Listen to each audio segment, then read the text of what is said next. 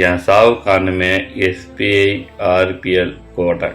காடுல பண்ணிட்டு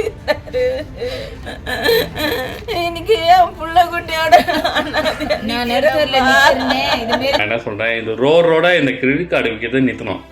பெட்ரோல் பங்கில் ஒருத்தவன் ரெடியாக நிற்கிறான், ஏங்க கிரெடிட் கார்டு வாங்கிக்கிங்க உங்களுக்கு தான் யூஸ்ஃபுல்லு அப்படின்ட்டு. இந்த மாரி இல்லாதவங்ககிட்ட ஆசையை காட்டினா அது கண்டிப்பாக ஆசை வரதான் செய்யும்.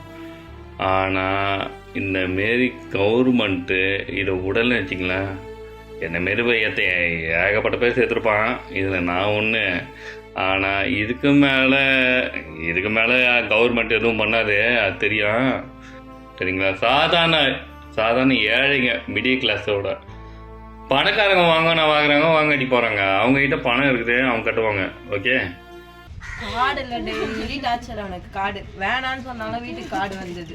இந்த டிவி வாங்க போனா வசந்த் அண்ட் கோல வேணான்னு சொன்னாலும் ஒரு கார்டு வீட்டுக்கு அனுப்பிச்சுட்டானுங்க. அந்த கார்டு 50,000 ரூபாய் 60,000 ரூபாய்க்கு மேலே லிமிட்டட் கட்டியிருக்கான் ஏற்கனவே இன்ட்ரெஸ்ட். இன்னொரு கார்டு IDFC 1 லட்ச ரூபாய்க்கு 4 லட்ச ரூபாய் இன்ட்ரெஸ்ட் கட்டியிருக்கான். அவன் வண்டிக்கு போவான் ஆட்டோவுக்கு, அங்கே போகும்போதுலாம் அந்த லாங் சவாரி எடுக்கலான்னு பார்ப்பான். அப்போ கார்டுக்காரங்க கரெக்டாக ஃபோன் பண்ணி அந்த லாங் சவாரி கட் ஆகிடும். அந்த நெட்டு எப்படி கிடைக்கும்? அவனுங்க டார்ச்சர் பண்ணுறதுலே ரொம்ப டார்ச்சர்.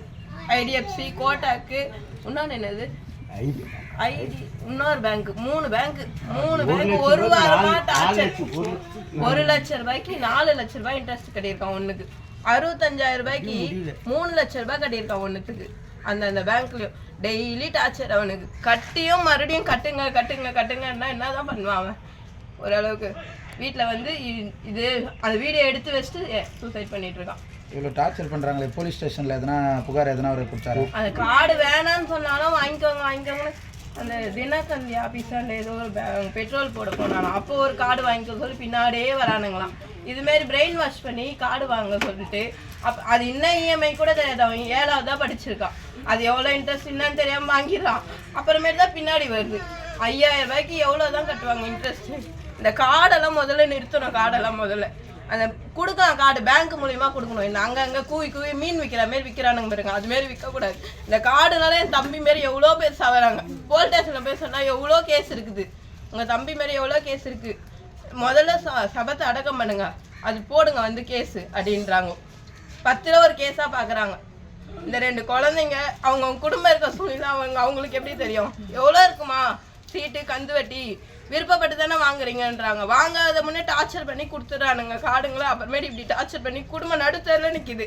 லவ் பண்ணி கட்டிச்சிங்க, இப்படி நடுத்தரில் நிற்கிது. யாரும் இல்லை அதுங்களுக்கு ஆதரவு. வாடகை வீட்டில் இருக்கும், அந்த வாடகை வீட்டில் கூட அந்த சபத்தை போடக்கூடாதுன்ட்டாங்க. அதுக்கடுத்து அவங்க அம்மா வீட்டுக்கு எடுத்துன்னு வந்திருக்காங்க. அந்த வாடகை வீட்லேயும் போடக்கூடாதுன்றாங்க. நீங்க தான் இதெல்லாம் முயற்சி எடுக்கணும். சித்ரா வந்து அவன் வந்து கடன் வாங்கணும்னு அவன் வாங்கலை சார். அவனை வந்து தூண்டுறாங்க அவனை ஆசையை. அவன் வந்து படிக்காதவன். அவன் படிக்கிறது வந்து 5வது படிச்சுட்டு அவனை யாராவது ஒருத்தர் கடன் வாங்கிக்கோங்க, இதை வாங்கிக்கோங்க, அதை வாங்கி ஒரு பொருள் வாங்க போனால் 2 பொருள் வாங்க வச்சிடறாங்க. வாங்க வச்சு அவன் கட்டினா இன்னும் கொஞ்சம் எக்ஸ்ட்ரா, நீங்கள் இன்னும் 2 மாதம் கட்டாமல் விட்டானா 3 மாதம் சேர்த்து கட்டுங்கன்னு சொல்லி அவனை டார்ச்சர் பண்ணி, அதே மாதிரி நம்ம போகிற இடத்துலலாம் நம்ம கார்டை கொடுத்து அவனை ஆசையை தூண்டி ஏதோ ஒரு பொருள் வாங்கிடுறான். வீட்டுக்கு தேவையான பொருள் தான் வாங்குறான். வாங்கியும் அவன் வந்து இந்த மாதிரி எக்ஸ்ட்ரா இவ்வளோ வந்துருக்குதுன்னு அவனுக்கு படிக்க தெரில. ஒரு ஸ்டேட்மெண்ட் வருதுன்னா அவனால் பார்க்கும்போது நான் ஏற்கனவே கட்டிட்டேனே, நான் ஏன் இவனுக்கு இவ்வளோ வருது. ஆனால் அவன் வந்து எங்ககிட்ட சொந்தக்காரங்கிட்ட தெளிவாக சொல்ல மாட்டான். கௌரவம் அவனுக்கு வந்து அவன் ஆட்டோ ஓட்டுறான், நம்மளே சொந்தமாக உழைச்சி நம்ம பண்ணலான்ற முயற்சி.